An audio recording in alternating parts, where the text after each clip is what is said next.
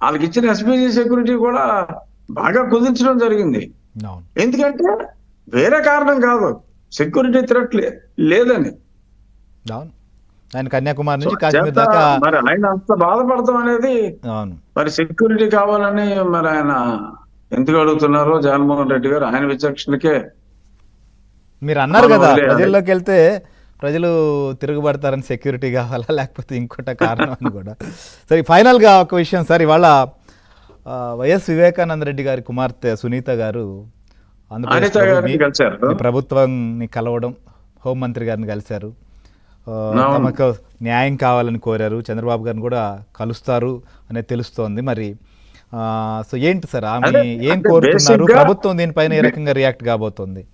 అంటే ఇక్కడ అంటే నాకున్న పరిజ్ఞానం మేరకు Srihari, sir. Matter already CBI deal చేస్తాను కాబట్టి ఉమ్, ఈ రాష్ట్ర ప్రభుత్వం ఇందులో పెద్దగా వేలు పెడతానికి ఏమీ లేదు. ఉమ్, ఇంకా ఏదైనా ఎడిషనల్ ఇన్ఫర్మేషన్ వీళ్ళు గతంలో ఆ, ముందే ఆ, వీళ్ళ దగ్గర ఏమైనా సమాచారం ఉంటే ఆ సమాచారాన్ని గత ప్రభుత్వం మరి వాళ్ళ కంట్రోల్లో ఉంది కాబట్టి ఆ ఇన్ఫర్మేషన్ ఏమి ఇవ్వకుండా ఉండుంటే ఈ ప్రభుత్వం they can supplement CBI.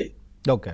CBI ఒక లెవెల్ వరకు చార్జ్ షీట్ వేసి వదిలేశారు. ఉమ్, ఇంకేమైనా ఎడిషనల్ ఇన్ఫర్మేషన్ ఉంటే they can certainly supplement okay. Information. So అలాంటి ఇన్ఫర్మేషన్ ఉంటే సప్లిమెంట్ చేసి మరి చార్జ్ షీట్ మరి అక్కడ ఆగిపోతుందా? ఎందుకంటే అవినాష్ రెడ్డి గారిని అరెస్ట్ చేయలేదు, కానీ అవినాష్ రెడ్డి గారి పాత్ర ఉందని చాలా స్పష్టంగా అందులో చెప్పేయడం జరిగింది. బట్ తెల్లారుజామునే 4:30కో 5:30కో ఎలా తెలిసింది అనే దాని మీద మరి అజయ్ కల్లం గారు ఏదో స్టేట్మెంట్ ఇచ్చారు. బట్ సబ్సిక్వెంట్ గా స్టేట్మెంట్ తూచన్నారు. అవును. మరి అది ఇంకా మ్యాటర్ హైకోర్టులో హీరింగ్కే రావట్లా. అది హైకోర్టులో హీరింగ్ రావాలి. తర్వాత మరి ఇదే కోర్టులో ఇవాళ వచ్చిన సంజీవ్ ఖన్నా గారి బెంచ్ లోనే అనుకుంటా ఆ మ్యాటర్ కూడా బెయిల్ రద్దు పిటిషన్ సునీత గారు వేసింది. మరి ఆ బెయిల్ రద్దు పిటిషన్ కూడా అలా వాయిదాల మీద వాయిదాలు పడుతూ వస్తుంది. మరి ఆ బెయిల్ రద్దు చేస్తారా లేదా, చేయవలసిన అవసరం ఇప్పుడు ఉందా లేదా మనకు తెలియదు. ఎందుకంటే jail is not always the only solution. అవును. ఇన్ఫర్మేషన్ అంతా ఉండి వాళ్ళు కన్ఫర్మ్ చేసినప్పుడు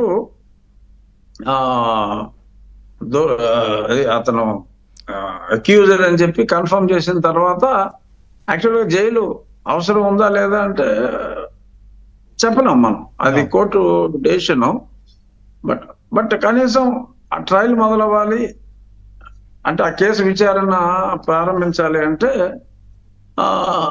మరి విచారణ పూర్తి అవ్వనట్టుగా ఉంది. ఎందుకంటే అంటే ఏం లేదు సార్, ఆన్ రికార్డు పేపర్ మనకేమీ కనిపించకపోయినా సిబిఐ విచారిస్తుందని అప్పట్లో ప్రభుత్వం ఏర్పడిన తర్వాత ఎస్పీ ఉండడం, ఆయన సడన్గా సెలవు పెట్టి వెళ్ళిపోవాల్సినటువంటి పరిస్థితి, అప్పుడు కొన్ని ఇన్ఫర్మేషన్ వాళ్ళు గ్యాదర్ చేసినట్లు అనే